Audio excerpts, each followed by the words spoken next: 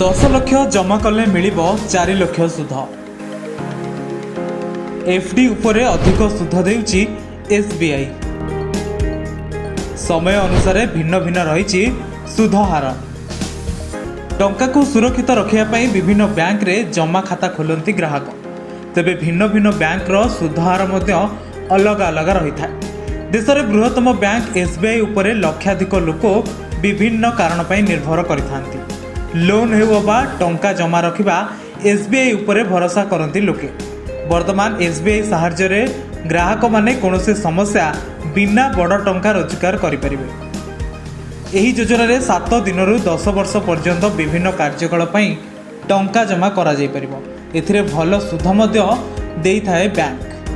SBI 1 वर्षर स्थिर जमा उपरे 6.80% सुध हार प्रदान करिथाए।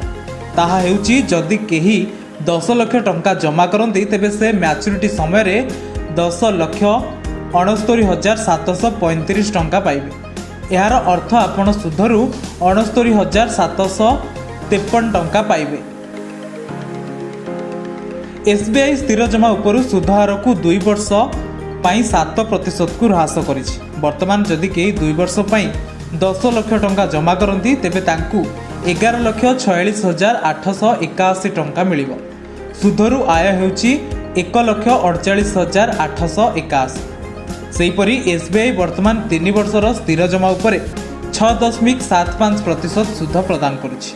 एही अवधि रे जदि आपण 10 लाख टंका जमा करती तेबे तुमे परिपक्वता उपरे 12,22,393 टंका पाइबे। ग्राहक सुध हिसाब रे 2,22,393 टंका पाइबे। स्टेट बैंक सहित 5 वर्षर फिक्स्ड जमा उपरे सुध हार 6.50%। ताहा हेउची जदि केही 5 वर्ष पई 10 लाख टंका जमा करती तेबे से परिपक्वता समय 13,80,419 टंका पाइबे। केवल सुधरु आय 3,80,419 टंका हेबो।